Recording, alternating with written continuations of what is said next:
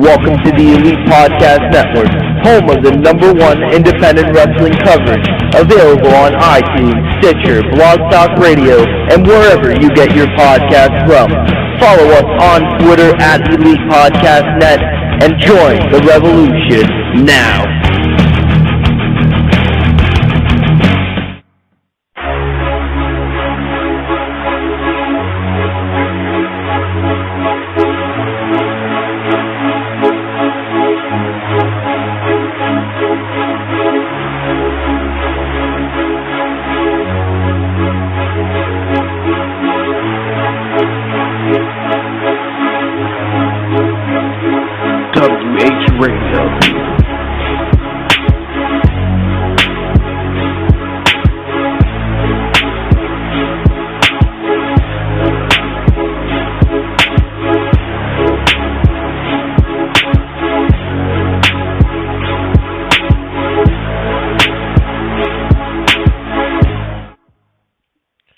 Welcome back, ladies and gentlemen, to another edition of Wrestling Heads Radio here on the Elite Podcast Network.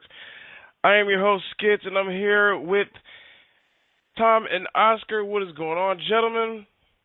And all I have to say is one word before we start. The future is now. Yes, the future is now, but there's no future for the New York Rangers. Wow. Wow. You know what? We got pretty far. It's, you know what? It's typical New York sports that we get so close and yet so far. But for those listeners that do not understand what Oscar is doing, he's taking a shot at Tom because Tom is from New York City and his New York Rangers got eliminated from the Stanley Cup playoffs. So he's basically taking a shot at him. But for those that are listening, that is what just happened. Kind of messed up there, but hey, we got a lot of shit to talk about. The future is definitely now, I think so. I think the future is we got a pre-look at the future yesterday at Elimination Chamber, which we'll talk about in a bit. But I have some breaking news, some early breaking news that we can talk about. And it's regarding former Ring of Honor and former TNA superstar. Now, looks like there's lots of rumors going around that he has signed a full-time WWE contract. Samoa Joe. Samoa Joe, basically, according to PW Torch, he basically impressed Vince McMahon and Triple H, and they pushed to sign a full-time deal with him. So Joe will still complete his indie dates as agreed, and basically he's going to probably hit NXT for a bit, and he's going to shift quickly to the main roster. I think this is a good deal. For those that did not know, Samoa Joe did a dark match against Tyson Kidd before Raw today, too. So, Joe, guys, you guys' thoughts? Let's start with Oscar. I think it's good for him. I mean, he should have been in the WWE years ago. Some people speculate that, you know, I don't know if it's true or not, but there's talks that he doesn't want to go to WWE due to their schedule. But now he's going to be a full-time guy pretty soon, pretty much. Yeah, I think it's great for him. I like to see some matches down the road, like him and Kevin Owens, or possibly maybe him and Triple H could collide for once, or him and Seth Rollins, Dean Ambrose, or Sami Zayn. You know, that's some kind of match. This match But I like the list to see. goes on. Shit, all the guys they could put him against. Yeah, so it's going to be great to put him in the main roster. He deserves a WrestleMania moment or some kind of match once of his career.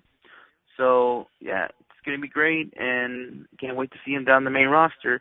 And probably get a name change, so, oh well. Even though they give him a stupid name like Samoa Joey, then yeah, I'm up for it. Tom, talk to us. Yeah, obviously, you know, I'm really happy that Samoa Joe got this deal. I'm not surprised because, Sean Radigan of PW Torch, reported that a lot of it was the merchandise sales, that, Samoa Joe just blew out so much merchandise sales. And, if you impress Vince McMahon that early, you're going to be set. So, the guy is extraordinarily talented. It's been that way since 2004, 2005, probably even earlier. We've known this for over 10 years now. And it's about time that one of those talented wrestlers gets on the biggest stage and gets paid like it and gets the national exposure that he should have gotten years ago. So, very happy for Samoa Joe. And, now that these reports of him signing full time is coming up, it's going to give more incentive for people to go out and see Samoa Joe for the rest of his indie dates, because he's booked on still quite a few indie dates going forward for the rest of the summer. So it's not even just going to help out NXT. It's going to help out some indie wrestling. Some indie wrestling companies might get some bigger crowds because Samoa Joe's on it, and they know he's going to the WWE. So it's just good news. There's no negativity involved in this. All parties involved are going to be doing well. Samoa Joe's going to be in Ring of Honor. He's going to be wrestling as a full-time WWE wrestler in Ring of Honor. So that's crazy to think about. But like I said, great news. I can't wait to see what this guy does. I think, what we're seeing from Kevin Owens, we're going to see with Samoa Joe. I feel like if they're pushing Kevin Owens this fast, then the same thing could happen to Samoa Joe. Yeah, the one thing that I like is, they're letting him, just like I just said, they're letting him do all his shows, his indie shows. And what WWE superstar do you remember actually being in two promotions at the same time? You know what I mean? Ring of Honor. Who knows if he's going to be on TV or not? If that's going to be like a TV taping when him and AJ Styles team up to go against the Addiction. Who knows if that's going to be a TV taping for now? Like, we don't know, but he's good to go to do what he's got to do. And I know Oscar just talked about some of the guys that they could put him in the ring with. We already know he's got a feud with Kevin Owens, but if you guys had to name 5 guys right now in NXT, who else would you like to see him face before he makes the main roster? 5 guys? Well, shit. If Hideo could get healthy before Samoa Joe gets the main roster, him and Hideo will be a great one. Finn Balor will be another one. Let me see. I don't want to put Sami Zayn out there because I think he's going to the main roster. There's a good chance TakeOver was his last NXT appearance, so I'm not going to name him. Maybe him and Tyler Breeze will put it on. Tyler Breeze sometimes could surprise you there with a good match. Even though it will look like he will destroy Tyler Breeze, but I don't think that's going to happen. I think 2 more. That's fine. Maybe Uhaa Nation if he gets in. And probably Solomon Crow. That's about it. What about you, Tom? What's your list looking like? As far as NXT goes, I think obviously one of the ones that Oscar said really stood out to me, and that's Samoa Joe versus Uhaa Nation. I think that would be, an incredible match from beginning to end. Obviously, him and Finn Balor will have a great match. Solomon Crow, Tyler Breeze, it goes on and on. But I also, I'm looking forward to the main roster because I think there's so much possibilities there that we mentioned earlier, like Seth Rollins, Dean Ambrose, John Cena, him and Sheamus. I think that would be a hard-hitting matchup. There's so many possibilities, and there's so many guys that Samoa Joe could work with, and not just work with just to have a feud or a match, but these are main event quality matches, and there's so many of them that are possible choices. It's absolutely mind blowing that this is like indie fans like dream come true that all these guys are getting into WWE, and now we're going to see them face off against one another. It's mind blowing. Right. Before we move on, Skip, you asked us about our list. What about your list? Obviously, just like I know you guys, I'm pretty sure all three of us are alike. Finn Balor, of course. Even though you said Sami Zayn, probably not. Like, it would be nice to see him and Sami Zayn go at it in the NXT reign before Sami moves on. Like, it could be like Sami's last match before he goes on. Of course, Hideo Itami. Just basically like all the top NXT guys that we see a lot. It's just I don't know, Solomon Crowe. I need to see Solomon Crowe win some more before I see him in the ring. And I know Tom mentioned some of the guys that are already on the roster. If I had to name 5 guys that's on the roster already, Dean Ambrose, of course, Seth Rollins. Even though the man's hurt right now, Daniel Bryan. Even though I see that's what sucks about Daniel Bryan being hurt now, is that Samoa Joe, Daniel Bryan, that would have been a hell of a matchup. I mean, and those guys have history too. Yeah. I think I have a DVD, PWG Sold Out or something like that, and they have a match together. So these guys know each other well. So yeah, and I think they've had a couple ones in Ring of Honor. I'm not sure from what shows exactly. It was, early Ring of Honor days, because Samoa Joe was pretty much gone at Daniel Bryan's peak in Ring of Honor because of, TNA, so he couldn't be in there. But it's crazy. And once again, this is, I think Samoa Joe signing with WWE, this is signaling big change in not just who is coming into the WWE, but what WWE is looking for.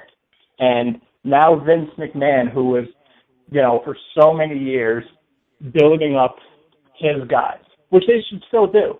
WWE, when you have NXT in the Performance Center, you don't just want to bring in 100% indie names. You want to be able to build up your own guys. But, for so many years, WWE wasn't even looking at the independent scene. Not even considering signing anybody from there. Now, it's a new wave. And now more guys are being signed than ever. And it also gives guys on the independent scene more hope. Because it's funny, because I actually saw a tweet from JR the other day. I don't know if you guys saw. He was like, the WWE should look into signing King Ricochet. This guy's like very, very talented. And I've heard they wanted to sign him, and Ricochet kind of turned it down. But Ricochet's also 25. It's crazy to think how talented Ricochet is right now, and he's not even anywhere close to the prime of his career. That's how insanely talented Ricochet is. Kid's younger than me. I don't have any doubt. I think Ricochet is eventually going to be in WWE at some point. I don't doubt that. And like I said, now I think WWE realizes that when there's a big indie name out there, you got to get him eventually. So yeah. Another thing, it's funny. We heard about that Ricochet thing. I heard a different story that WWE didn't want to sign him, but this is about a year ago, like last summer, or maybe like right after he won the Best of Super Juniors. That's when I heard that. But who knows? He will be in the. I agree with you, Tom. I think he'll be in the WWE down the road. I don't think soon, because due to the fact that I heard that he signed a 9-season deal with Lucha Underground, so it could be a while to see him in WWE. But yeah, Ricochet in WWE it'll be sweet, but we're gonna have to wait, like I said. And yeah, I mean, going back to Samoa Joe, I mean, that was amazing, and I agree with JR. I mean, it just that if you could bring in Ricochet against Samoa Joe in a WWE ring, that'd be sweet. Yeah. Well, since we're talking about the future, how about we talk about yesterday, WWE Elimination Chamber. I got some negative things to say about the Chamber, and I got some good things to say about the Chamber. I don't know how you guys feel, but I have some positive things to say, but I have some shit to rant on. I'm gonna go off. I'm not gonna go too off on these guys, but because I know these guys tried, but yeah, let's go ahead and start off.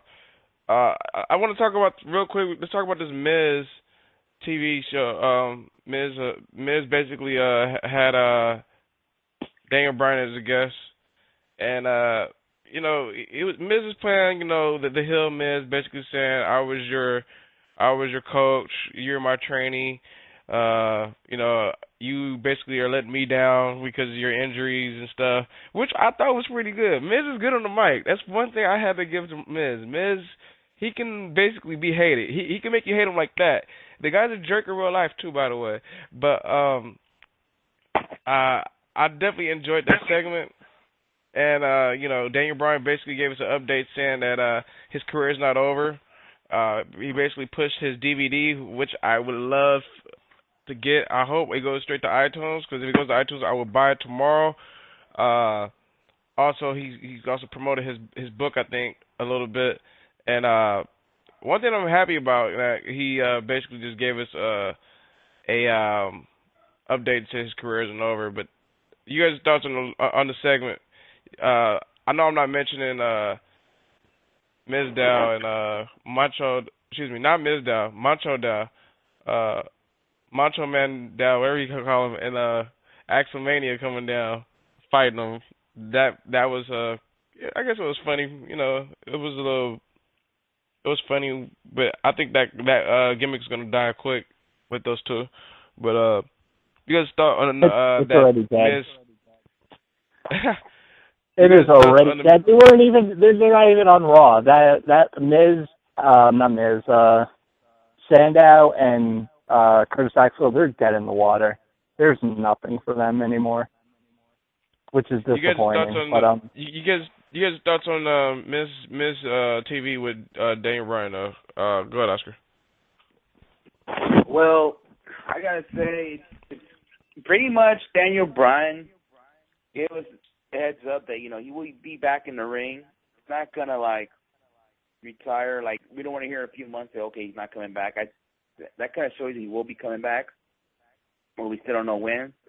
But the promoted stuff, it's pretty cool, I guess. You know, and I'm also glad that, you know, Miz brought up the whole time when he was that time when NXT was awful, that he was his trainee there and all this crap. And bringing up history, I like it. You know, I'm glad WWE never forgot about that, even though that shit was trash. But they talked about the old NXT too, which was funny too. Yeah, that's what I said. They were mentioning about the old NXT, and which was garbage. Yeah. Now this NXT is better. So yeah, that's all I could comment about it. Yeah, Go ahead, I don't have much to say about it. It was all right. You know, just Daniel Bryan giving us an update. We still don't know when he's going to be back. Like many people said, he should just take a year or two off and come back when he's ready. Don't rush into things. But it was, you know, it was a okay pre-show. Definitely. Let's move on to the actual show.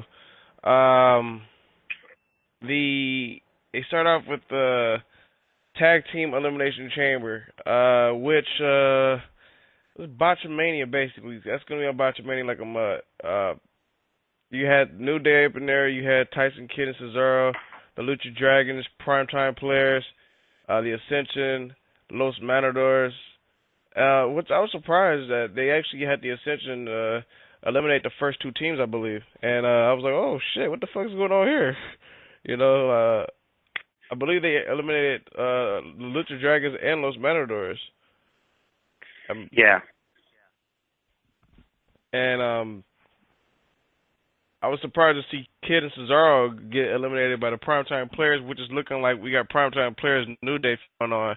But we'll talk about that as soon as we talk about how the fucking match was such a big fuckery. Dude. Like, but New Day basically came on top again. I don't know what the WWE was thinking. I know they wanted this to be good, but I don't know. Maybe. You know what? Go ahead. Somebody else. I'm done already. Okay, I have to comment. I don't know why you thought it was bad. I don't see any botches. I don't know where there was a lot of botches. In the tag match, I don't remember anything. If the only thing I could say close to a botch, I think when Kalisto was on top on the pods, he's supposed to do something. I don't know if I blame him or I don't know, was it Connor on the floor that wasn't not in position right? But something was not right during that situation. But then you had Kalisto going like Spider-Man, falling down flying down on five dudes. I mean, the only person that was killing this match was Cesaro. Yeah, Cesaro doing his thing. We all know that. I mean, he was going doing his crazy ass uppercuts and stuff. I mean, yeah, and then you have Big E. Got his head smashed to that glass part of the pot. I was like, holy shit. He's getting concussion on that. But I'm glad he's okay from that. And I don't know. I don't see why you still see it's bad. Like, I don't know. You can name me some spots, but it was, I mean, I thought that the Intercontinental title chamber match was terrible. But, I mean, I think it was a pretty good way to start off the show, to be honest with you. Oh, I guess we got to pass the mic on to Tom and see his thoughts on what he thinks on the tag. I thought it was good. It could have been better. It was just, I think, that there was too many people involved in this. I think it would have worked better if they would have just had 3 teams. And, you know, you could have had New Day, had all 3 guys. But the less teams that were in there, I think it would have been better. It would have been less cluster. But there were still some fun spots on there. You know, the Ascension catching El Torito and throwing him into one of the Matadors. That was pretty cool. You know, there's, a couple of surprises. I was surprised to see Primetime Players make it to the final 2 teams. But that's good because I think now they're getting a good push, which is well overdue. But I thought the match was good. You know, it was definitely not one of the best chamber matches, but as we'll probably explain later, it wasn't, close to one of the worst. It was fast-paced, a lot of good tag team maneuvers, and, no surprise with New Day winning. And I'm liking it. I'm liking New Day's reign so far as tag team champs. They're really over as kind of the heels in that tag team division. So it's working really well. But like I said, it was fun. It was cool. Mostly everybody got their spots in, so it was fun. I can't really complain about it. Yeah, another thing we forgot to mention, El Torito doing the Hurricane from the pod. Jesus fucking Christ, man. Yeah, I don't know. I just wasn't a big fan of the tag team match. Maybe what Tom said, too many people in the ring. Maybe that was, the thing. It wasn't as good as I thought it was going to be. Kind of disappointed. I don't know, but it just sounds like you're the only one that's got negative response. I just thought it was better than most matches on the Chamber pay-per-view. I don't know. I don't know. Just wasn't a big fan of the match. But let's move on.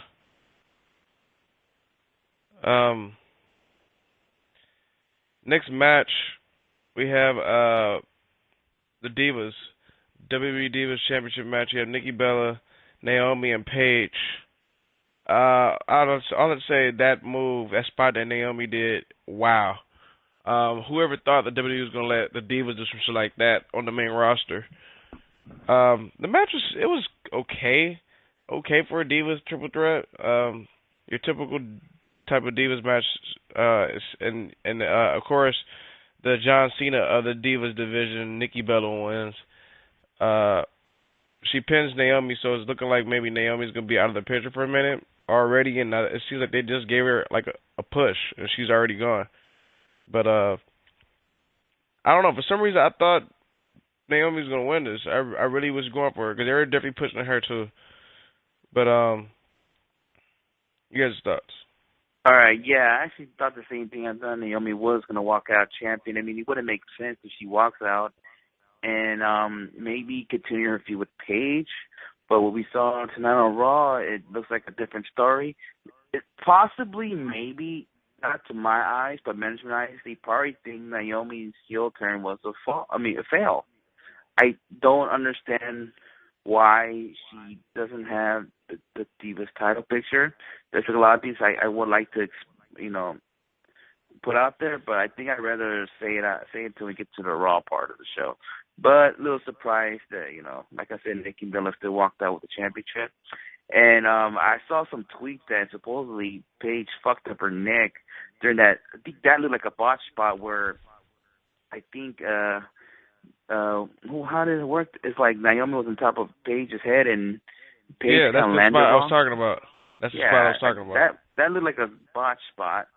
And that's an actual move too. That I was like seeing Mike Bailey do. Yeah, but then I want to say maybe Paige kind of fucked it up, and then she didn't land it where she's supposed to land, and then she disappeared the whole match afterwards. But then that's when Nikki got the win. So yeah. But I'll explain more to the future of the Divas title when we get to Raw talk.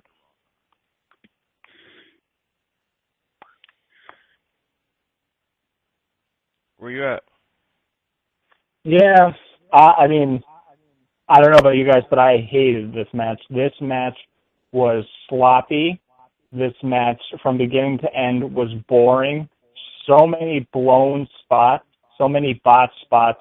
None of these girls were on their game. Between this, I can't even decide between this and the Intercontinental Elimination Chamber. I can't decide which was the worst match of the night. They were both horrible. I can tell you which one was the worst out of those two right now. Yeah. And it had to be the Intercontinental Chamber match. Yeah. I'd probably give it to that, but this wasn't very far behind. This sucked. This flat out sucked. That's the best word I can use to describe it. And you would think that these girls would want to be on their 100% A game, especially after what we just saw between Sasha Banks and Becky Lynch, with them telling the story. You want to be on your A game. You want to be 100% into everything that you're doing. And they didn't look like that.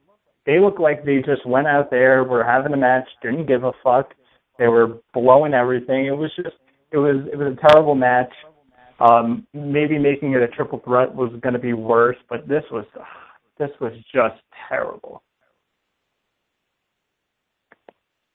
Yeah, definitely wasn't something that a lot of us probably would talk about. As you can see, that we're speeding on from this Divas Talks, and then we're gonna just move on to the next match. And the next match is something that we can actually fucking talk about. Just like I said, the future is now, and that is the reason why the title of the show is called The Future's Now, because the future started yesterday. That's a little peek of what's going to happen in the next couple of years. Change is coming, people. The change started last night. You know what? I think we need to take one little small break, and the thing that we're going to talk about when we come back is best for business. So we'll be right back after these messages. Just sit back and relax, because, man, this is going to be some good talk, people. We'll be right back. Hello, pro wrestling fans. This is pro wrestler Brian Kendrick. Thank you for listening to Wrestling Heads. Ladies and gentlemen, this is Drew Gulak, and you are listening to Wrestling Heads Podcast. All right, and we're back, people. Where do I start? Glad they heard that Brian Kendrick one. I haven't heard that one in a while. We played it a couple times already, but I know. Where do we start is the thing. Wow, my guy, the man I've seen in Reseda, California, beat the shit out of fucking Adam Cole, my first PWG show, in a guerrilla warfare match, is now on live TV as Kevin Owens.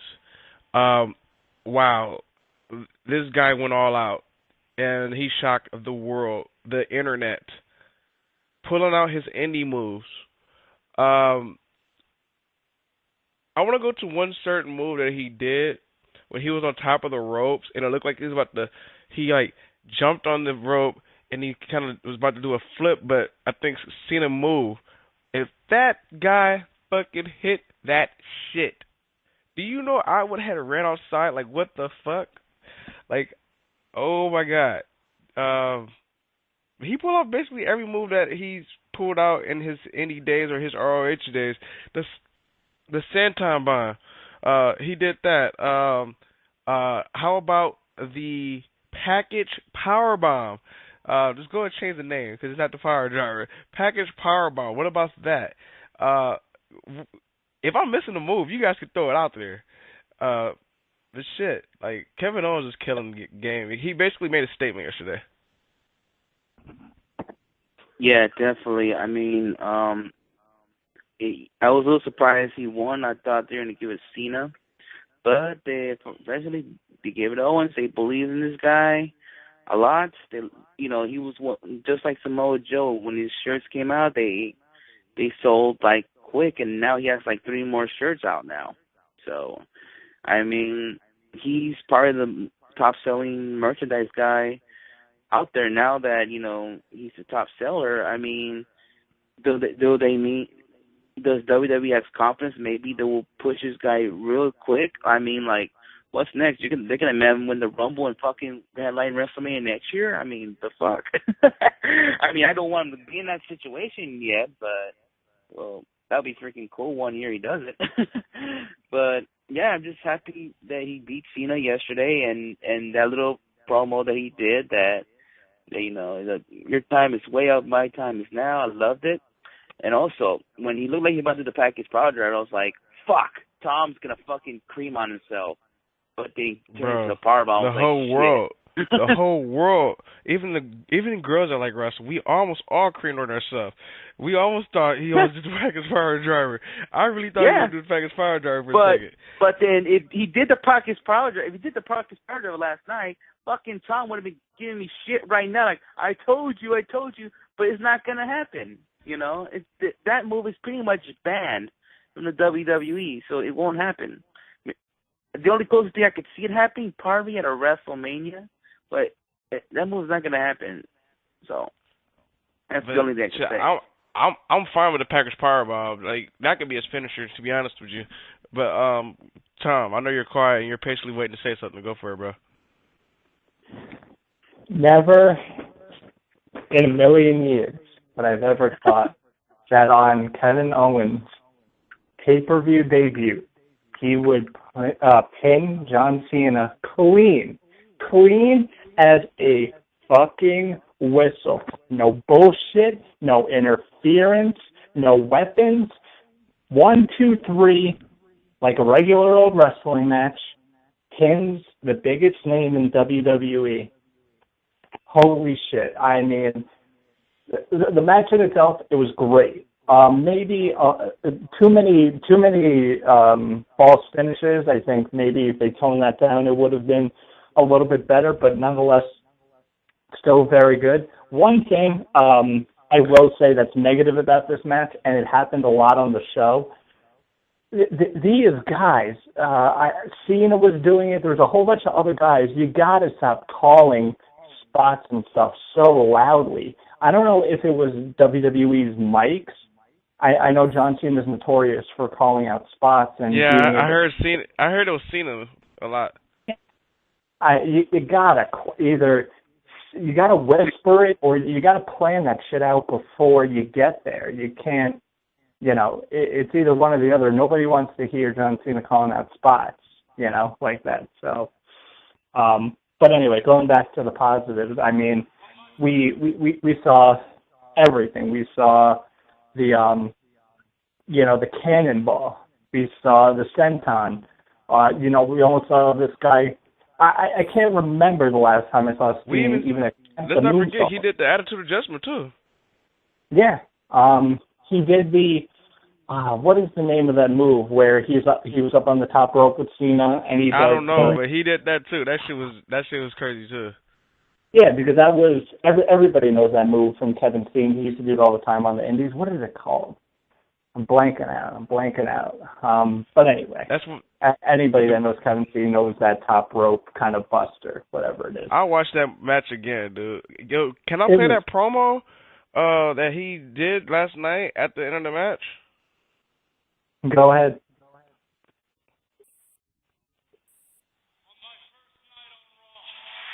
I said anybody who didn't know me yet wasn't worth my time. Well, now everyone knows who Kevin Owens is.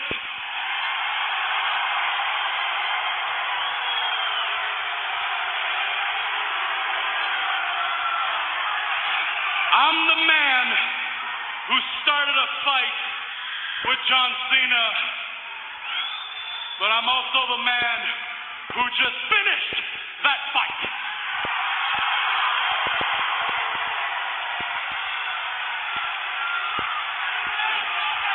And now that I've beaten John Cena, John, I have some veteran advice. It's time for you to go, because your time is way up, but my time is now, because the champ is here! You gotta love Kevin Owens for that. All I have to say, best promo of the night. The only promo probably of the night. But it is. I mean, we were talking about Samoa Joe earlier. It's crazy. It is crazy how fast Kevin Owens is being pushed. And it's going to be good because look at the guys. They were building up Bray Wyatt. He didn't pin Cena clean in his first match. Rusev didn't pin clean Cena in their first match. Kevin Owens did. And he's only been in the WWE for what? Like 6 months? Maybe? Around 6 months? The guy just got here and he's dominating. And like I said, we said it so many times before, how many years we watched Kevin Steen on the Indies, in Ring of Honor, in ROH, in PWG, in AAW, AIW, Smash Wrestling, etc., etc. And he's killing it. And they have faith in this guy going forward. And I think last night really, really proved it. Like I said, beating Cena clean is one thing, but beating him in your first match on pay-per-view, that's a big deal. That's a big fucking deal. It's absolutely mind-blowing. People are losing their minds. And like I said, that pack, I thought it was going to be a package pile driver. I did for a second. I was holy we all shit. did. Oh, fucking way. And then he turned it into a package powerbomb, which that's a great move. I was with it. And a lot of people were. That's another thing, is that he's not using the package pile driver anymore. But you tease something like that and turn it into another cool move, and that move looked like it was tough to do because he had a control Cena the whole way. So that could have been also like a message to some of the guys in the back that, you know, Kevin Owens is a guy that works safe and can control people, and, you know, he doesn't drop people on their heads or anything like that. So, I mean, best match on the card. Definitely the highlight of this pay-per-view. Just phenomenal from beginning to end. And, you know, people, like I said, I saw so many people still shitting on Cena that, Kevin Owens carried that whole match. No. Nah, Cena did good, too. Cena definitely worked well, too. When you have a really good match, no matter what promotion, no matter what level of wrestling, when you have a really good match, it takes two people to do that. It doesn't take one person. You need both people on their A game. People need to stop hating on John Cena, because Cena knows how to work with guys that know how to work too. Cena will bring the best out too. Like, but one thing I have to say before we start, before we go into the next match, I just want to say the Kevin Owens fans were out. They were out last night. I heard Fight Owens Fights chants. I've been hearing them each night that like he's been on the main roster. First night, Fight Owens Fight. I've been hearing I heard it, but there was way more Cena fans. Like, you heard the Fight Owens Fight chant, but imagine if like that show took place in like Chicago or Brooklyn or Philadelphia. The place would have been a different scene crowd wise. So he's ready for that. I can't wait for that. I know Oscar's quiet as fuck. I don't know where he is, but now I have a question for you guys, and I know it's early to ask, but a lot of people were thinking about this. Now that it looks like Kevin Owens is going to be on the main roster full time because he's now advertised on their live events, you know, he's going to be appearing on TV every week.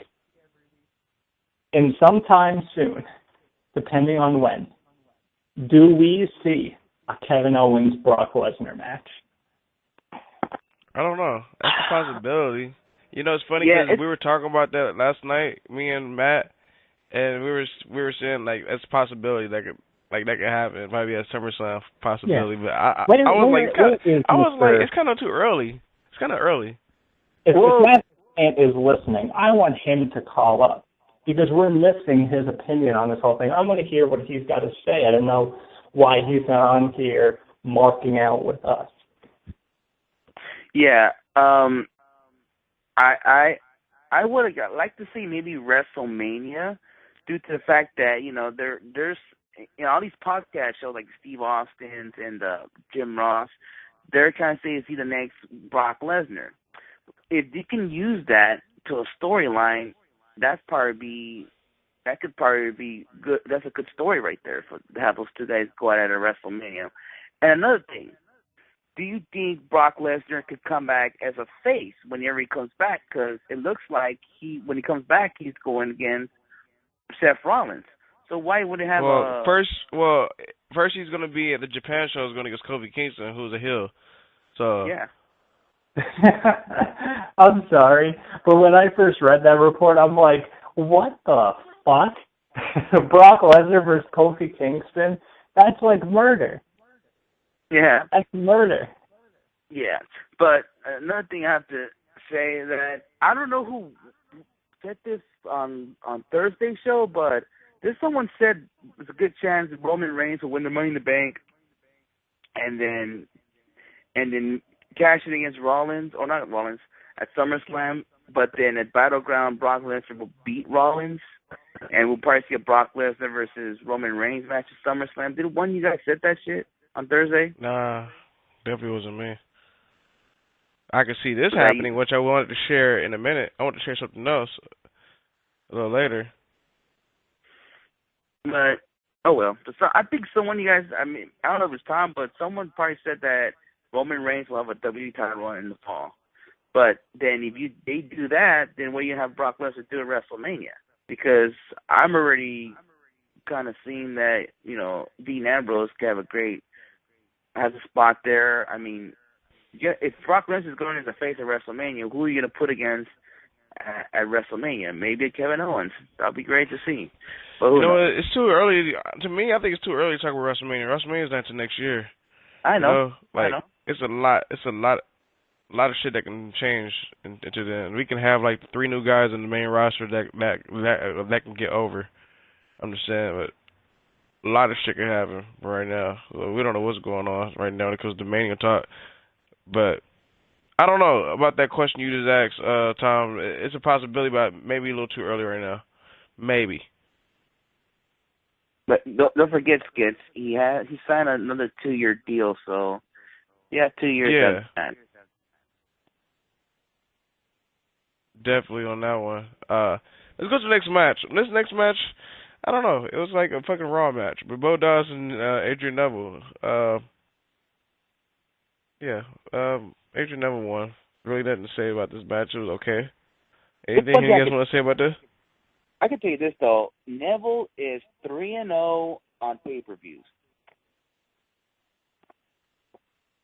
Somebody's keeping track.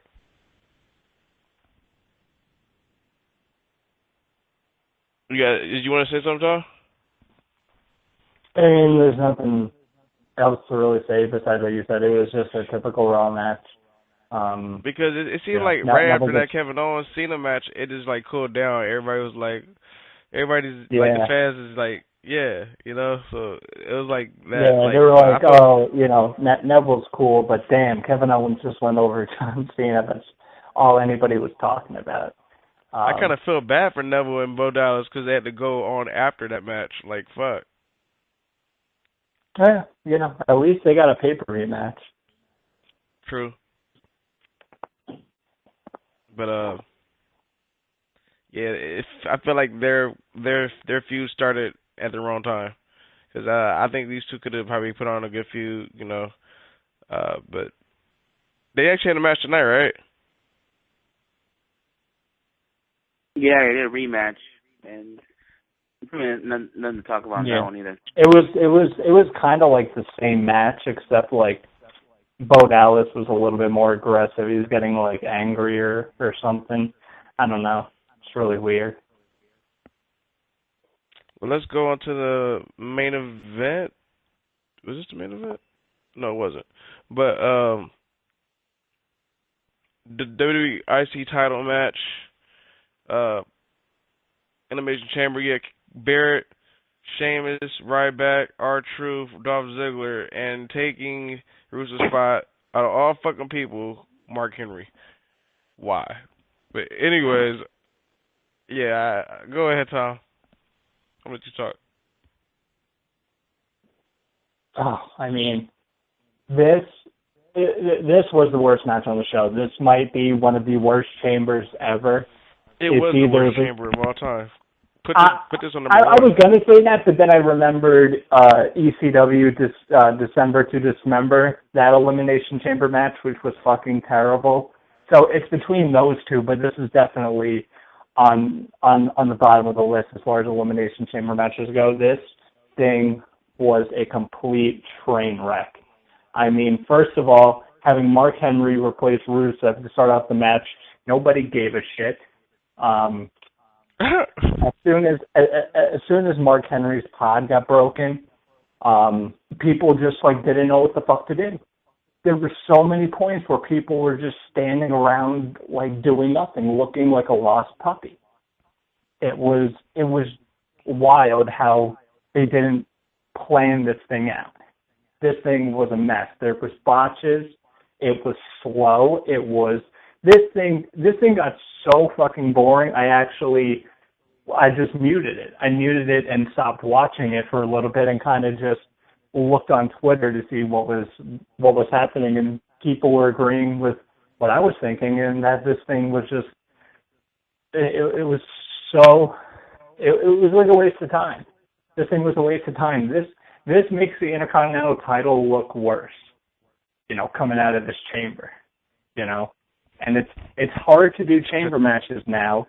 If you're not doing high spots, like at least with the tag match, they use the chamber to do high spots because you can't really have guys bleeding and doing all that stuff. But with this match, it just didn't feel like a chamber match. Top it off, the fucking person who won the fucking match, Ryback. Come on, Vince. That's all your ideas right there, bro. God. Nobody gives a shit Why? about Ryback. That doesn't make any fucking sense. Ryback had no momentum going into this match. Sheamus had all the momentum, and everybody thought he was going to win because it would make sense. It would make sense for Sheamus to win that and start a dominant reign, as heel Sheamus. It would make sense. But, the Ryback winning, I mean, it was okay, but it felt flat because of how bad the match was, and it was like, oh, Ryback won? Oh, okay. And then I mean, a lot of people like chanting "Feed me more," but when Daniel Bryan, presented him the belt, it was like, what? Are we supposed to like him because Daniel Bryan's putting him over? I mean, that's what they did with Roman Reigns and Daniel Bryan. When Roman Reigns beat Daniel Bryan at Fastlane, they had Bryan go out there and advocate for him and say, oh, the better man won, and Roman Reigns is good, and da-da-da-da-da. But this was a train fucking wreck. I would have rather seen no match whatsoever. I would have rather seen, this match go 5 minutes. This match just went way too long. It was so fucking slow and boring. I can't stress how boring this match was. It was just terrible. And so many people thought that. And, gimmick matches should not have their own pay-per-view. Elimination chambers should be saved for special occasions. They should be saved to, if there's a vacant title, if there's a vacant world title, or if there's multiple people in contention for the world title or the Intercontinental title, then you do it. This was just not the right place. Everybody looked bad in this match. Such a flat finish. And it just dragged the show down even more because you went from a high of Kevin Owens and John Cena to this, and it was just like, oh my God, come on. Oscar, you want to talk about the match? Yeah, it was not great at all. Probably it was pretty much the worst match of the night. I was surprised that Ryback won the damn thing. I thought Sheamus was going to walk out. Intercontinental champion would have made more sense, like Tom says. If you want to resurrect the Intercontinental, I mean, I know it sucks that Daniel Bryan got hurt, but if you had to make a replacement, it would have been Sheamus. But then they decided to give it to Ryback. Well, I thought the crowd would Another boo, thing, but I think it would have made sense if Sheamus would have won, and then he would have cut a promo talking shit about Daniel Bryan because he's the one to put him out, right? That would have worked. But unfortunately, that didn't happen. So now fucking Ryback. Somebody needs to be slapped in the face and in the back, straight up. Yeah, but going as Ryback as Intercontinental champion, I mean, it's not gonna work. I don't understand it. He looks like he could be a champion, but I mean, being a great champion, like who you want? Who the hell are you gonna have a great feud with? I mean, his best feud was probably with CM Punk the first time around. Okay. His whole career. You know what? We can go and talk about Raw now. We can just go Raw real quick. Yeah, I know we're talking about Payback, and we still have one match to go, but I got to jump ahead to Raw. Are you fucking kidding me? We have to fucking deal with a Ryback Big Show feud going forward? Are you kidding me? You are dragging this Intercontinental title back down to where it once was. Nobody gives a shit about the Big Show. Nobody fucking cares about him. This feud is going to be the shit. It is going to be fucking terrible. I don't care about the Big Show. I don't care about this feud right now, and it just started. This is going to go nowhere. Oh my God! Nowhere at all. I'm sorry. You know what? You know what they're trying to do. You know what they're trying to do. They're trying to make Ryback. I understand, but the problem is Ryback has a huge fan base. All right, he does have a huge fan base. You don't hear the fucking chanting, fear me more? I think people just like chanting it. I think people just like saying feed me more, to be honest with you. That's just me. I think people just like saying feed me more. I wish that when WWE goes to, like, Chicago or New York City, when Ryback tries to chant the feed me more, fans are chanting, dumb as fuck. Dumb as fuck. Well, for all the listeners, CM Punk just to prove me wrong, if all listeners are listening, if you're going to WWE show, either you guys say an opposite chant to Ryback, or don't even chant feed me more. If you really don't like Ryback, then don't do anything. Don't even help out the feed me more chant. You know, just show everybody you don't like him. But I'm just telling you right now, I just think he has a huge fan base, especially with the kids. There's kids that like Ryback. But I'm just telling you right now, now you're saying that fucking him and Big Show are going to go at it? Nobody gives a shit. This is telling me, hold on. This is telling me they're going to have fucking Ryback beat the shit out of the Big Show, make him look like he's a fucking unstoppable force. That's what it looks like it's going to go to. He's a baby face, unstoppable force, and they're going to do some, maybe that thing's just going to help him think he's going to be the good Intercontinental champion, which I don't see it happening right now. So, you know what, Oscar? When I saw Big Show come down, and I saw him slap Miz, and then get in Ryback's face, I said these words. You got to be kidding! Yeah, I legitimately, people, you don't have to believe me, but I turned the channel. I turned the channel because Big Show was on my fucking screen. That is how sick of Big Show I am. It's a bunch of fucking bullshit. That's what it is. And you know what? And you know what? I give props of all those fans that chant "Please retire," because that's showing that we don't give a shit about the Big Show. Big Show can laugh all he wants, but he can laugh when all these chants are going on. But I don't think he's gonna retire anytime soon. To be honest with you, he's still in his mid-40s or early 40s. Yeah. He's not gonna fucking retire. He needs to pull off a great Khali and just say, I'm done. Don't mention Khali left, shit. Kane needs to leave too, and Mark Henry. All of them. Just leave. You pretty much in the whole Attitude Era, that's it. Triple H is the only one that can stay. Anyway, let's move on to the main event of Payback, and then we can get into Raw. Dean Ambrose, Seth Rollins for the WWE World Heavyweight Championship. I thought this was a good match. I thought this was a good match, but they swerved us. They swerved us so bad. They did. I even tweeted it. This is a swerve, because I could not see. I mean, if Dean Ambrose did walk out with the title, I would have been shocked. I probably would have a better grade on this pay-per-view, because I couldn't see this coming if Dean Ambrose did walk out WWE champion.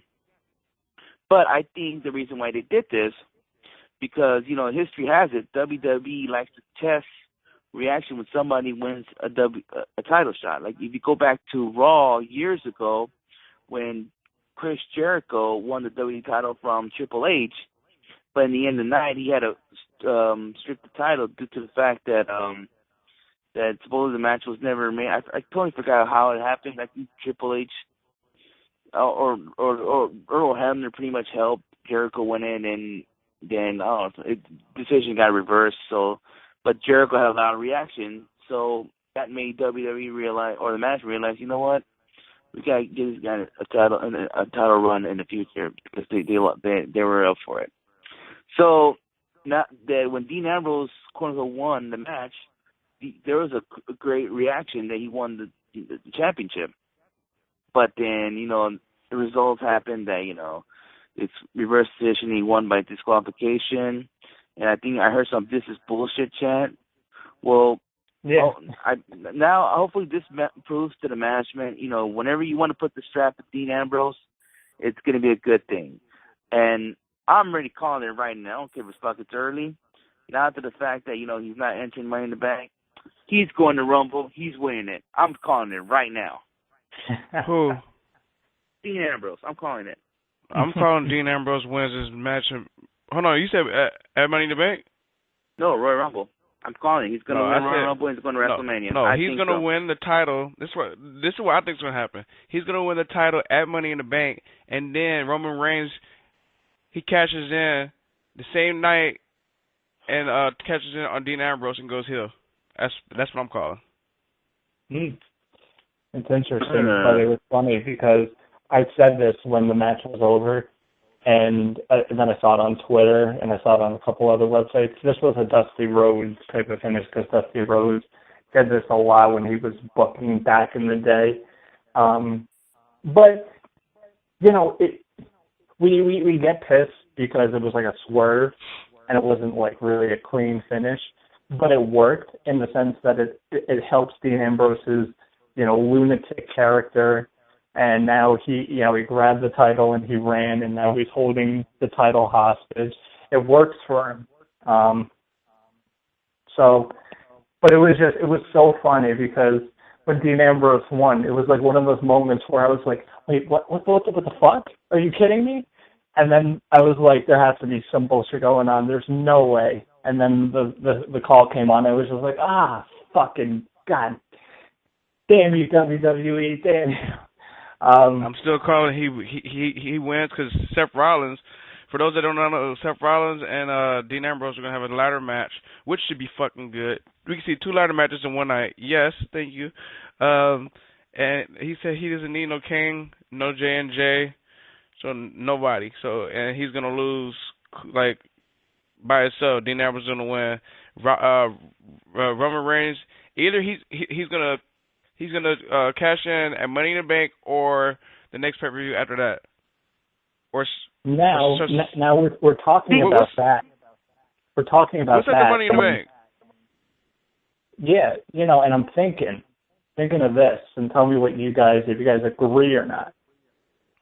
You're saying Seth Rollins loses, and you know the whole thing has been that you know him and the Authority have kind of been going back and forth. Do you think that this could possibly, if Seth Rollins loses that Money in the Bank, that it leads to a Triple H Seth Rollins feud?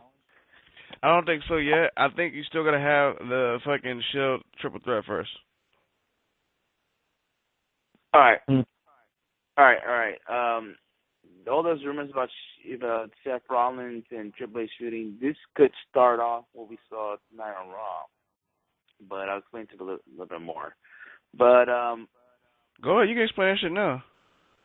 Okay, well, you know how freaking Triple H tried to like shut him up? He pushed him off, said, "No, I'm doing this shit." Like, you know how Roman Reigns said, "You could be the worst WWE champ ever," and that kind of ticked off Rollins. You know, he was just like, you know, going berserk, and then you know Triple H didn't try to calm him down. He pushed him off, and then he just pretty much did not listen to him. Like, I want this match to happen, but then I kind of see things that Triple H doesn't have confidence in doing, and I can see, you know, next couple of weeks, you know, those guys going at it, going disagreeing things, but it might be months. We'll see a Rollins and Triple H feud going on, or you know, or match possibly. But yeah, this is the beginning of it. But one thing I want to ask you, Skits, is that you said Roman Reigns turning heel. I mean, you turn him heel. I mean, like, who else can you put him against as a heel? Like, of course, Dean Ambrose. But who else? You gotta have the Shield feuding. The Shield are gonna start feuding. They're gonna be the main deal. That's what's gonna happen. It would be nice to see a SummerSlam main event of the Shield reunion and a triple threat match. That'd be pretty cool. And Tom better go to the show. Maybe. I don't know. But the Shield triple threat is gonna come. If Roman Reigns doesn't turn heel right away, it's gonna happen. It's coming. Trust me. He's gonna be Plan B because they always have a Plan B. Trust me. It's gonna be a Plan B. Oh, you know what? Yeah. Like I said, Tom, if I was in New York, even in the state of New York, I would go to that SummerSlam if that triple threat match does happen. Or either that, go watch the Arrow wrestle fucking Stardust. Yeah. That's actually happening? Well, supposedly this report and some Hollywood report that it's going to happen. Then Stephen Mahal tweeted that that's bullshit. Like that's not going to happen. But there's been talk the last few days that that's a possible SummerSlam match is going to happen between the Arrow and Stardust. But I can tell you this though, DC will be happy if Stephen Mahal does wrestle Stardust, because I'll tell you why. It's because right now Marvel is taking over the movie side of the comic book world. So DC is trying to start something of their own, which Arrow is part of the DC comic world. So if Stephen Mahal and WWE get a lot of press going on around the end of summer, DC is going to be all happy. Now you got all those Superman movies, Batman movies coming up, Flash TV show, all this DC stuff. They're going to rival Marvel, and that's going to help DC a lot. That's how I see it. And they thank WWE for all that. I have a question though, but is this, what's the guy's name? Aerostar? You mean, hold on, the guy who's feuding with Stardust, right? Yeah. No, his character is named the Arrow. That's the. Well, let me ask you a question. Is the Arrow going to do this to Stardust? Is he going to wreck him? Jeez. I don't know. I mean, I've been hearing that those rumors aren't really true. Some people say it's true. I don't know. I mean, it's something that I wouldn't care about. Like, who would give a fuck? Yeah, nobody cares about that match, to be honest with you. I really care if they wrestle or not. If they do, that has nothing to do with my type of taste of professional wrestling. That's like some shit for the DC fans and the Stardust fans. I know one Stardust fan, and he needs to sit in the corner. But should we take one more break and then go to Raw Talk? Go for it. So let's go take this break, people. We'll be right back with these messages. Hey, this is Ray Rosas. And PPA all day, the biggest man in professional wrestling, pretty Peter Avalon. And we are PP Ray. Love it. I love it. God, your voice is majestic. And you are listening to Wrestling Heads You got this one. Radio. Woo! Josh Alexander and Ethan Page. We are the Monster Mafia. And you're listening to Wrestling Heads Radio. This is the Juice JT Dunn, and you're listening to Wrestling Heads Radio.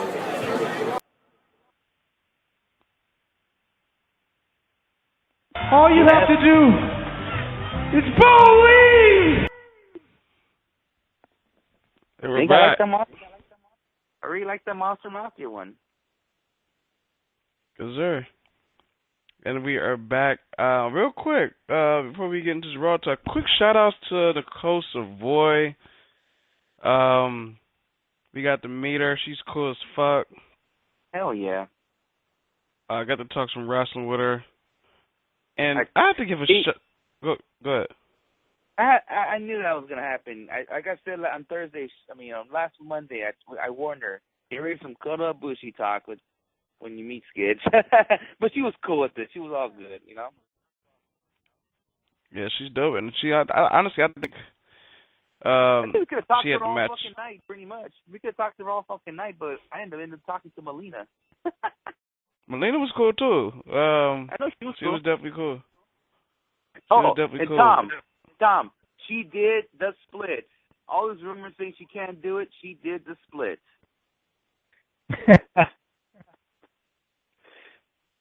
Well, that's good. Good to know. But Laura James, her and Nicholas Savoy killed it. I don't know if you saw the clip. I don't know if you even have an Instagram, Tom, but there's a clip on Instagram where Nicole Savoy did a suicide dive on Laura James. And if you don't know who Laura James is, she's going to I think she's gonna make a buzz. She's gonna make a buzz out here in SoCal when it comes to wrestling. I don't know if you think so, Oscar. Well, this is the first time I've ever seen her wrestle in person or any. But I mean, yeah, she's starting off pretty much a good heel. I mean, she's doing as a heel, but in the indie scene, you gotta see what they could do at both sides. Like we saw Ela Airfly could do both, but I still gotta see more of her. I think it's too early to say. Is she gonna make a buzz? If you think so, then that's what you think. But I just gotta see more of her. I gotta see her in more different shows. I mean, she had a good match though. Her and Nicola. Yeah, I mean, not just saying, and the thing is, I'm not just saying this because me and her are like cool. I'm actually saying it because it's true. Like, shout out to Laura. Yeah, she's probably listening to the show anyways. She's all over Instagram sometimes. But it was a good all women's show. Tom, I know you didn't. You're basically in New York City, but it was a good show. Our girl Ray, she got a W. Killing the game. Her spirit is better than Roman's for sure. But yeah, man. To all those folks out there in SoCal, once that DVD comes out, I think you should go check it out. Brittany Warner did her thing. PP Ray was there. It's funny. The song because it was guys versus girls. The song that they came out to was "Where Do You See My Dick? I'm gonna beat that pussy up." Fucking me. Yeah. Of course, you guys you guys have been hyping up this AWS show, so it was good to hear that they killed it out there. I know a couple of my buddies and a bunch of people were at the Evolve shows over the weekend. They said everybody there killed it, so I can't wait to check out Evolve 43 and 44, which I think everybody should be checking out because Evolve is killing it too. So many companies are doing some great stuff in 2015. Yeah, speaking of companies, New Japan, best of the Super Juniors. I've been watching it, and all I have to say, I've been seeing some good matches, and some guys have been impressing me. I gotta give mad props to David Finlay. He's been killing it. I know he hasn't really the matches I've seen. He hasn't really got no wins, but he's been doing good. Justin Thunder Liger, him and Kyle O'Reilly killed it. Mad props to those two. Mm-hmm. I heard Kushida and Bobby Fish had a great match. Oh yeah, they did. And that same show, I liked the Gato and Justin Thunder. They really had a great match. Yeah. I mean, it's just that while that match was going on, you feel the history between the two. Even though they don't have a history rivalry, I mean, their legendary career. They showed you how important they have to get this victory for this tournament. And I'm all like, shit. You just think of those two legends going at it just to move on from the tournament. And I was like, shit. That was pretty cool to watch. Yeah, people, from what I've seen so far from the best of the Super Juniors and what I've heard from a lot of people, voicesofwrestling.com, they do a lot of really, really in-depth stuff with the best of the Super Juniors. They've been saying that Ghetto has been doing really good, and it's been surprisingly from what I've seen so far because the guy is up there in age, but he can still go, and that was just really surprising to me. But it's been a great tournament so far. The one thing, now that we're kind of talking about this right now, I thought I'd mention it before we get into Raw. Alex Shelley, did you guys see the tweets that he posted just recently? Talk to us about it. I'll have to pull it up so I can tell it verbatim, but either it looks like he might be leaving New Japan or retiring altogether. Well, let me pull this shit up myself. Let me pull it up so I can get the tweets verbatim. And it's crazy, people, because we usually just talk about Raw and WWE stuff on Mondays, and we just pulled out some New Japan talk out of nowhere. But that's what we do here on WH Radio, people. If you're a first-time listener. So May 25th, I'll pull this tweet up first. What's his Twitter again? At Fake Kincaid. But here's a tweet from May 25th. It was his second to latest tweet. It's a quote.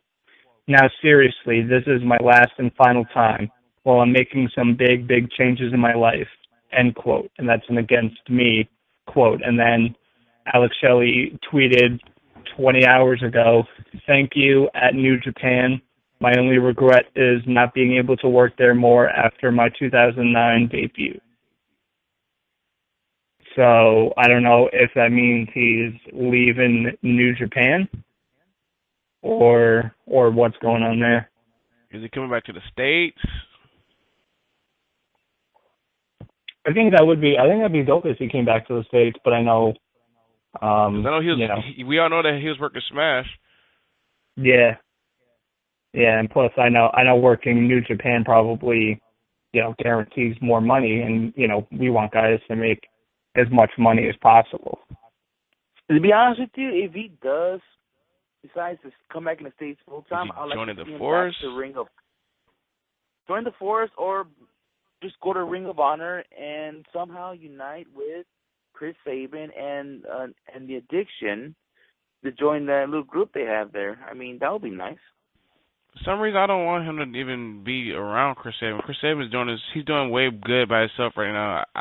I think that's just my opinion. Well, right now in Ring of Honor, I mean, I'm not saying team up, not more to see the Machine Gun reunion. I'm just saying being that part of the group with Chris Sabin and the Addiction. He'd be like the fourth member. Yeah. Another thing I want to mention on the Best of Super Juniors, I got to put over Chase Owens. Him and Trent, they had a crazy match too. Yeah, I saw your tweets about Chase Owens. I mean, he's all right. I don't think he's the shit, but I think Tom said a few months back. I mean, I don't think you're a big fan of Chase Owens. No, it was. I never really liked the whole NWA New Japan relationship, because they brought in first like Rob Conway, and Rob Conway wasn't putting on great matches on there. He was putting on okay matches, and I think he had one pretty good match against Tenzan one time. But Chase Owens he's just all right. Like I said, there's nothing that really makes him stand out. I like Dude. I think Dude's good. I mean, he's not bad, but when you're a gaijin in New Japan, you have to do something to make yourself stand out. Like look at Carl Anderson. He's probably he's one of the longest gaijins in New Japan over the past couple of years. He's been there since I believe 2007, 2008. So he's been there a while now. He separated himself. The Young Bucks, Alex Shelley, et cetera. And now, Kyle O'Reilly and Bobby Fischer getting in there. They separate themselves. They look different. They have different moves and all that. Chase Owens is just a little bland. He just kind of needs something to freshen up his character. I don't know. I don't see nothing wrong with him. That's just me. I don't see anything wrong with him. The guy can wrestle. Puts on good matches. That's just me. But right now I'm on, I think it's day 4. I think the match I'm about to be watching later on is Nick Jackson versus Rocky Romero. I'll be honest with you. I skip most of the freaking 6-man due to the fact that I feel like watching this event is all about the Super Juniors. I'm not saying why the fucking Japan got to put all these fucking 6-mans and all that, and because you got to bring on Tanahashi and them. I understand why they're doing it to fill up the cards, but to me, watching this, it's for the guys who are participate in this tournament, and I could really give a shit about these 6-mans going on, like Nakamura teaming up with Tanahashi and Okada against, I don't know, Goto and all of that. Like, I mean, it's cool and all, have something for the heavyweights, but I just feel like it's just is meant for the Super Juniors, Right. Yeah. It's just like you said, it's just to fill out the card, and the fans that go to these shows, yeah, they want to see the Super Juniors, but they also, if you're going to pay your money, you want to see the top guys. Let's go ahead and I know we definitely got in a good conversation with New Japan, which we'll probably talk more of New Japan Thursday. Actually, Thursday, I will not be on the show. But Thursday, I'm pretty sure these two will hold it down. But Monday Night Raw, let's talk about some of the Raw results. Some of the results are, maybe we can skip because it's not really that important to talk about. But I just want to give Roman Reigns mad props on the opening promo tonight. His mic skills is on point. Like, usually he like dude thinks a lot. But I want to give him props on his promo skills tonight. He was on point. I don't know if it was on top of the head or not, or he written it down here, remember, but the shit was good.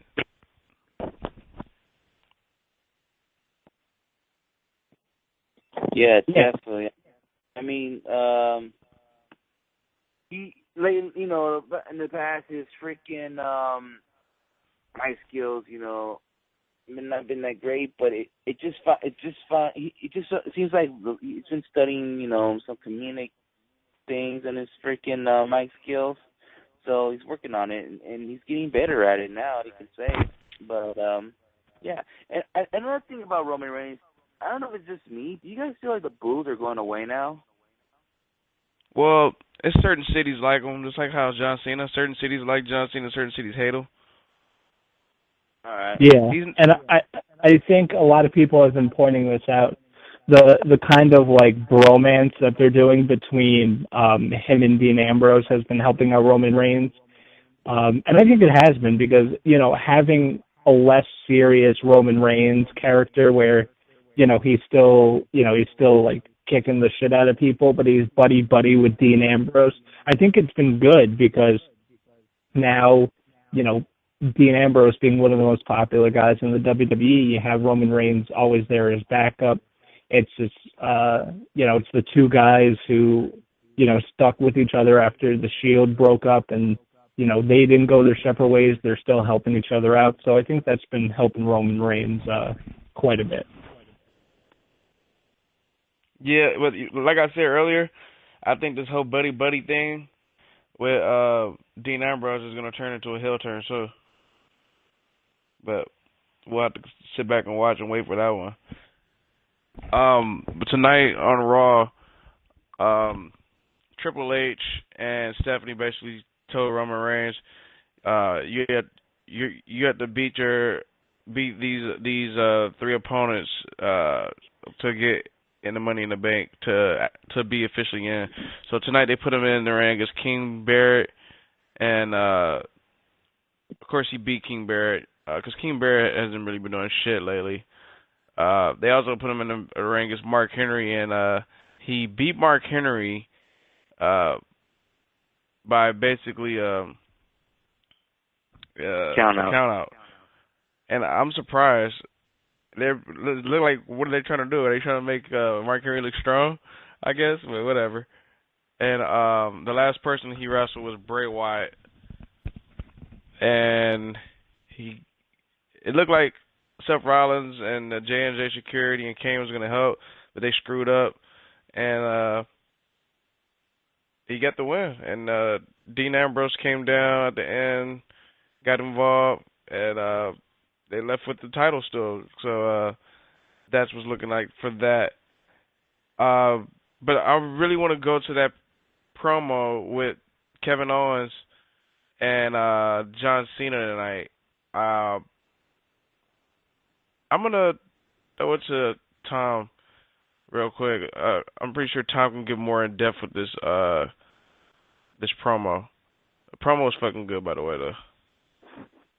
Yeah, just like you said, it was a great promo between Owens and Cena. Owens came out and he was talking about his victory at Elimination Chamber, and then he brought up his son, whose name is Owen, and he brought up the fact that his son was a John Cena fan, and he had to, for years, he had to sit through him rooting for Cena while he was, wrestling he didn't stay on the indies, but he was basically implying that. And he was just like, my son's been looking up to a phony. And he started dissing, John Cena shirts and, John Cena slogans, and saying that it was all bullshit, and just basically tearing down everything that Cena is known for, all the other things that make John Cena. Kevin Owens was just going off on him. It was great. I mean, he looked so comfortable just going off as typical, Kevin Owens. And this is, and it brought me back to, watching him as Kevin Steen on the Indies, watching him cut a promo in Ring of Honor on El Generico. That's what it reminded me of him just bringing out that anger, and it was just great. And John Cena then came out and, said, your son doesn't, look up to my slogans and all that, and he then pointed to this girl with the sign that said she was beating cancer, and he basically just started saying that what his thing is, it's not a corporate slogan, it's not to sell T-shirts or whatever, it's his way of life. And he started cutting some good promo there, and and he said, Kevin, you were talking about working for 10, 15 years, and you said you were never going to make it, but you're here. So you were dissing my motto, but it sounds like you were thinking never give up. So just an overall great promo from these two. I think both of these guys were on their A game tonight. They always are. I mean, when John Cena needs to, I hate when he does the stupid comedy stuff and makes the stupid jokes, but he was great tonight. When he's serious Cena, he was great. It shows why he is the number one babyface in the company, and this right now it's the best thing going, I think, in the WWE right now. One thing I didn't like, how he had to get the fans involved in this promo. Like, yeah, it's like you it's like you're really making Kevin Owens like really look bad now. Like, by putting the kids involved, that's like beating cancer. Like he has, like, I would have no comeback for that either. Yeah, I can see that. It was just a way of showing why John Cena is, the number one guy, and maybe it was also to make the fans' night, to be mentioned, on TV, because the fan got a big reception from the crowd when Cena mentioned her. So I don't know exactly why, but I don't think it took away anything from the promo. I think the promo was still great. I think the people who like Cena are going to boo Kevin Owens, and the people that like Kevin Owens are going to boo John Cena. I don't think that's ever going to change. So. Go ahead, Oscar. Well, it was a great promo. I mean, Cena, lashing out like you always, like, when someone always says that, it's hustle or respect, all this crap, and Cena always explaining what it doesn't mean. You can hate him all you want, but he's still going to do what he believes. He's going out there for somebody like the kid that's cancers or all that stuff, and the army people, all that stuff. He's doing what he always do. It's typical Cena. But now, we heard this rematch going on at Money in the Bank. Makes you want to think, can Owens go 2-0? I don't know. We'll see. Maybe Cena will take this one. But on SmackDown this Thursday, Kevin Owens is going to do an open challenge for the NXT title. I'd like to see who will accept that challenge. It'd be cool to be Samoa Joe. Who knows? Now, I saw some people mentioning it. Do you think? I'll just say it and then I'll give a quick thought. People were saying that, do you think that Kevin Owens loses his title on SmackDown because Cena interferes, and that's a way to kind of push Owens to the main roster? Nah, you have to have that NXT TakeOver. I don't think, he has to lose in a TakeOver because I believe he still has to do some NXT shows, and I mean, I'm hearing that possibly whenever him and Finn Balor go at it, I think Balor's going to take the title from him, because I think Skid said it last week's show. It's possibly Finn Balor's the one who took out Hideo Itami. That's going to lead to Finn Balor heel turn and a possible future takeover between Hideo Itami and Balor for the NXT title. So that's where it looks like it could be heading. Finn Balor gets a good NXT title run, and then he'll turn heel with the NXT title run. I don't know. I mean, I definitely thought that was a possibility, but I mean, Finn Balor is so over in NXT. He's probably their biggest babyface right now. People love the guy. So it'd be tough to turn him heel. It would be tough. I can't think of nobody else that's gonna attack Hideo Itami though. It can't be Tommy Breeze. We've been there. Samoa Joe. Nah. Maybe he said before he came out, he just I don't know what reason he could give, but it's just a possibility. Yeah, another thing though, you're losing your guys to the main roster. Like, you're losing to Sami Zayn, you're losing to Kevin Owens. I mean, who can you put in as your NXT title picture? I know we got Balor, we got Hideo, we got Samoa Joe. I don't know you want to add in Tyler Breeze into that mix, but it can't be Breeze. Yeah. I mean, the reason why I said not Breeze, because we've been there, done that. We've seen that already. Like, why? I know what I'm saying. I mean, that's why you don't want to add him in there. Or I don't know if they want to put in Wuhan Nation right away, but I think Baron Corbin. From what I've been seeing, I don't know if this is going to be accurate or not, but it feels like they're kind of slowly, they're not doing it as fast as some of the other guys, but it seems like they're kind of slowly pushing Solomon Crowe. They've been giving him new music. They've been kind of changing his look. Solomon Crowe also got jobbed, too, by Kevin Owens. Well, he was in the main event, but that was just a way to kind of keep Kevin Owens' mean streak going because, he was about to powerbomb, Solomon Crowe and all that. I don't think it was a job. It was just him kind of getting dominated like Sami Zayn. It was more making Kevin Owens. They wouldn't have done that good. to Finn Balor. Like, if Finn Balor first came out, or that could have been like fucking Ty Dillinger or somebody, or that was the guy that challenged him. It could have been like somebody that like that's not even like high on the show yet. It could have been like one of the jobbers to challenge him or something. Not somebody that's gonna be somebody. And that's like Solomon Crowe. Like, didn't have to be in that situation, I think.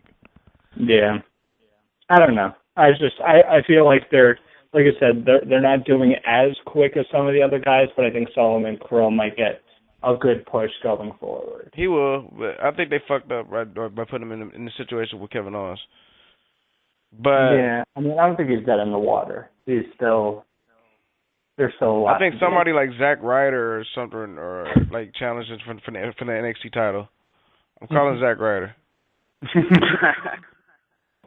I'm gonna call Super Dragon. Oh God. Super Dragon's gonna come out. He's gonna come out, flip off Kevin Owens, give the Psycho Driver, win the NXT title. Calling it. This guy. Well, you know what? We'll find out by tomorrow. So someone's gonna put some spoilers in there, but it'll be. All I gotta say is this: does come out. If Super Dragon comes out, I'm gonna say these words. Oh, shucky, ducky, quack, quack. I don't think, as much as serious as I was, I don't think that's happening. I don't think so. But hey, you never know. But yeah, guys, basically tonight Monday Night Raw wasn't the best Raw, as it wasn't something that we were expecting. It felt like it was more of they were basically just building up for Money in the Bank, and all the matches were guys that were involved in Money in the Bank matches. So yeah, I wish, we had Ziggler and Sheamus go 1-on-1. Actually, Ziggler didn't face Sheamus. Sheamus versus Orton. Oh yeah, that's right. Sheamus versus Ziggler wrestled Kofi. Oh yeah, that's right. Ziggler, and then then they turned into a 6-man with New Day and Primetime Players. Going against Primetime Players. How you guys feel about the Primetime Players getting pushed right now? I mean, there's one point I thought they should have been tag team champions, but I saw some stupid tweets, black on black crime. Come on now. But yeah, it's pretty cool. I think I could see them having this little feud with the New Day, doing some comedic act against the New Day. So, that's how the Primetime Players are. They're a comedic act tag team. I don't want to compare them too much to Enzo and Big Cass from NXT, how they come out and build some comedic act against sorts of teams who they're feuding against. But Primetime Players are something like that. And then you're gonna put them against New Day. You can have them start the New Day suck chant. You can start off a couple of things like to imitate the New Day about how New Day always come out, power of positivity, and he maybe Titus O'Neil POP hold it down.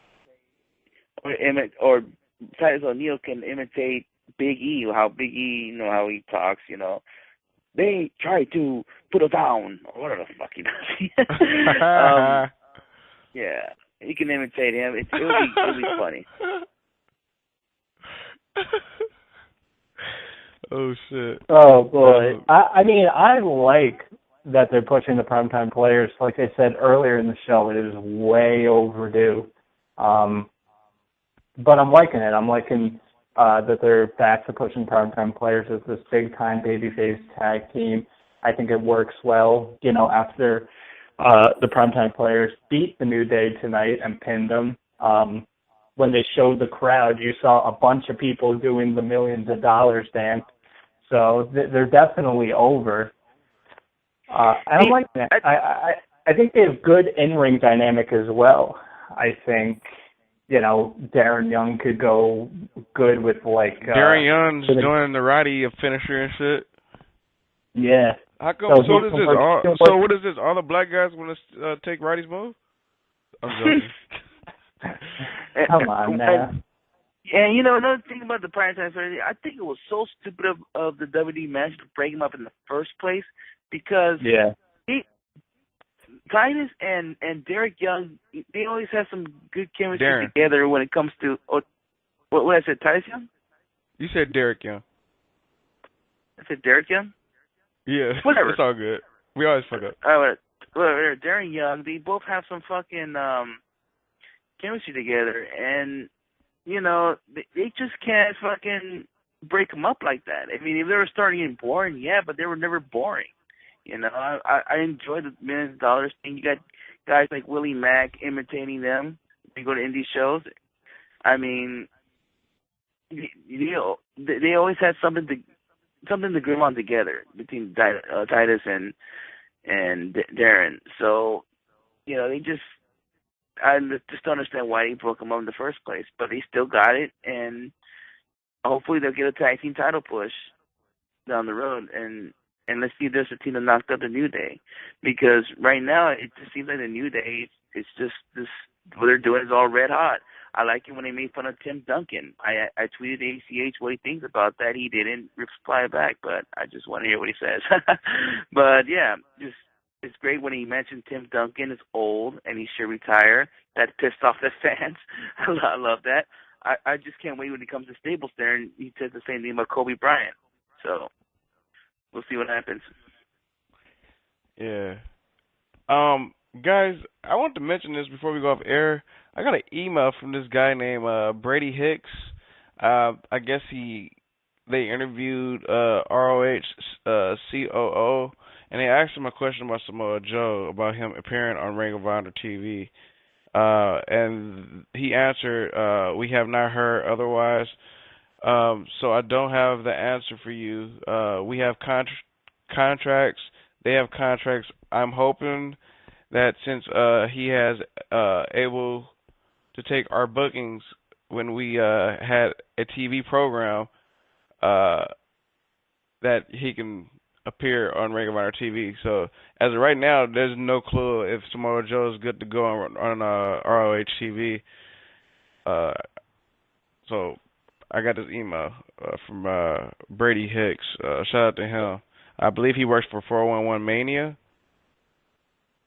So yeah, that's really interesting because Ring of Honor now is on Destination America. I don't know if WWE knew that they were going to be moving to Destination America or not.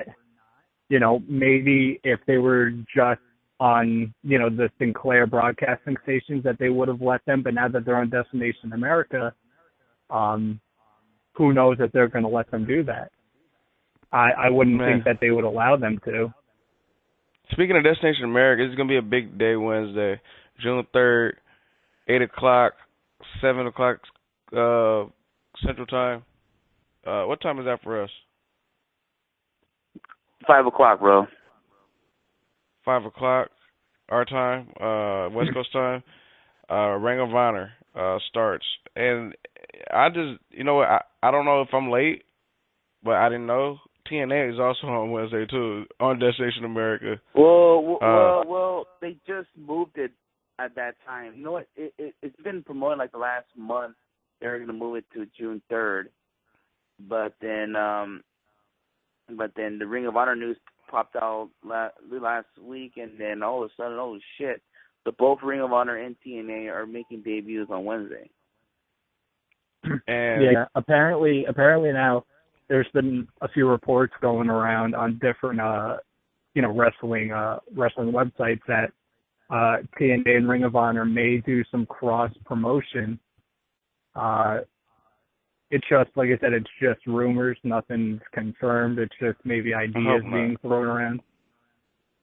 It's going to be really interesting though for the next from this Wednesday going into September, what Ring of Honor's numbers look like and what TNA's numbers look like as far as viewership goes. Are more people going to tune into Ring of Honor than TNA? Is TNA's numbers going to go up? What's going to be the deal? Because, like I said, once September comes, TNA is going to be done on Destination America. You see, the only way I can see that happening with TNA and Ring of Honor cross pass is somehow TNA survives after September. If they stay on Destination America, then yes, I can see a special show which we'll see TNA versus Ring of Honor. That's the only way I can see it happening. That's it. Like, I mean, there's some couple of TNA guys I like to see go against, a couple of Ring of Honor guys, like the Wolves against Red Dragon. I like to see that. Maybe Kenny. Maybe crazy to see Kenny Keene going against a Ring of Honor guy. Maybe an ACH. I don't know if I want to see the TNA champ going against the Ring of Honor champ. Like, I don't know if I want to see Kurt Angle against Jay Briscoe or Kurt Angle against Jay Lethal. Or maybe the way it looks like in TNA right now, EC3 could be getting a title push. And if EC3 is the champ, maybe I'd rather see him going against Jay Lethal or Jay Briscoe. So, I don't know. We'll see. But going for right now, I don't think I can see see a TNA and thing going on. Once but again, you know what? people. One thing I could say though, for all this Kingdom thing going on and adding Matt Hardy on there, Hardy Boys against Kingdom could probably happen if that ever happens. But I don't, like I said, I don't see a TNA Ring of Honor cross that shit. Definitely, dude. Once again, it's going down Wednesday. You got Ring of Honor Wrestling. You got TNA Impact. You got NXT. You got Lucha Underground. Take your pick. Who do you want to watch? I want to say Ring of Honor because most likely this Lucha Underground show, I probably was there, so I already know what's going on. NXT, you got the network. Everybody has the network for free. Well, yeah, but then I could DVR it and Ring of Honor, so then you go watch TNA later. I don't know. But I right now I'll say Ring of Honor because I feel like it's a special day for Ring of Honor. I gotta watch Ring of Honor first. See, for me, feel like I'm gonna say something, and then I wanted to bring up something that you just mentioned. I'm probably gonna be watching, like, if I'm gonna watch something first, probably gonna be Lucha Underground, just because right now I think that's like the best wrestling show on TV as far as consistent good shows go along. Because NXT, yeah, it's good, and they have great takeovers, but then there's a couple weeks where there's kind of okay shows and there's not really much happening. It's just furthering storylines. So I'll probably take my pick of Lucha Underground watching that first. Most likely, I'd like to watch all four. It's just that's so much wrestling to watch. There's gonna be so much wrestling to watch. All four of those companies, Raw, all the indie companies. It's so much wrestling. But you just mentioned something that I had forgotten about, and I want to get you guys' opinion about it. WWE is doing another free month of the network. Like, how many months are they going to keep doing this?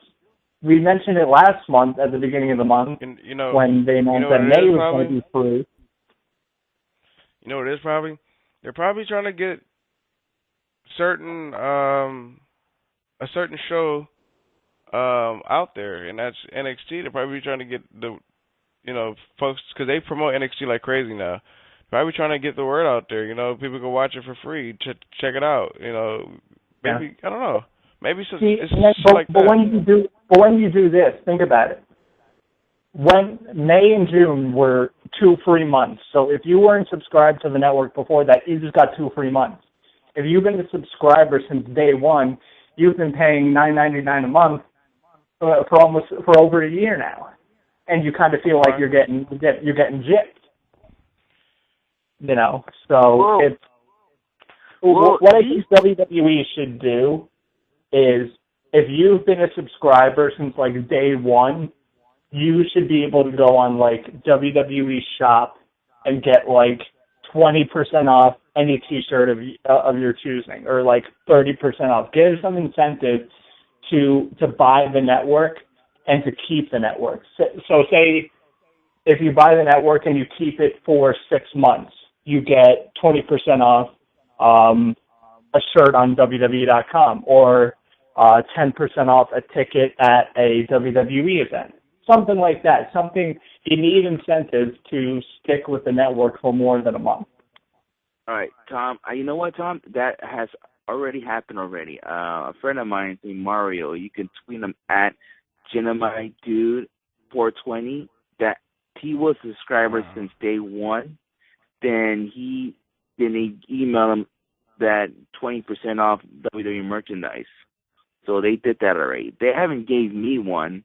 I don't know, maybe because I didn't get the network the day after the launch, because I remember the day of launch I was at work, so I didn't have time to sign up for the network until the next day. So I don't know if that has anything, but he subscribed it when the first minute it came out, and he filled out and he got 20% off, but he didn't get it till like maybe 8 months after the network came down. So That's how he got it. But stuff like that has been going around lately. I could tell you that, Tom. But going back to the free month thing, I mean, it's cool for them to get new subscribers that way. But in the same time, I heard this report that scares me, that they might be doing another special pay-per-view for the network exclusive on June the 28th. I'm all like, come on, please don't do this every month. I mean, it's cool you guys adding more pay-per-views, but what pay-per-view are you going to put in if they added one this month? We just saw the King of the Ring. I mean, what else would you put in? Fucking Judgment Day? I have no idea. I have no idea. Yeah. And I don't want too many shows going one after another. It'll become too much. Or fucking put War Games, but they're not going to fucking do it because that's a fucking WCW creation. No way Vince McMahon's going to let it happen.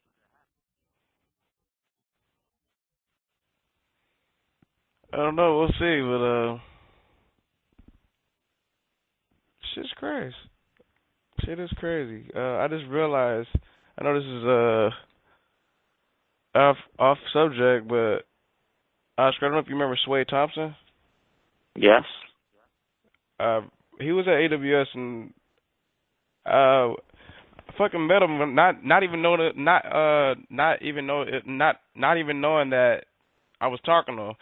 And so I just saw a photo with him and Sean. What a crazy world. Really? And yeah, what a crazy world. But you remember the guy with the Jordans? Yeah.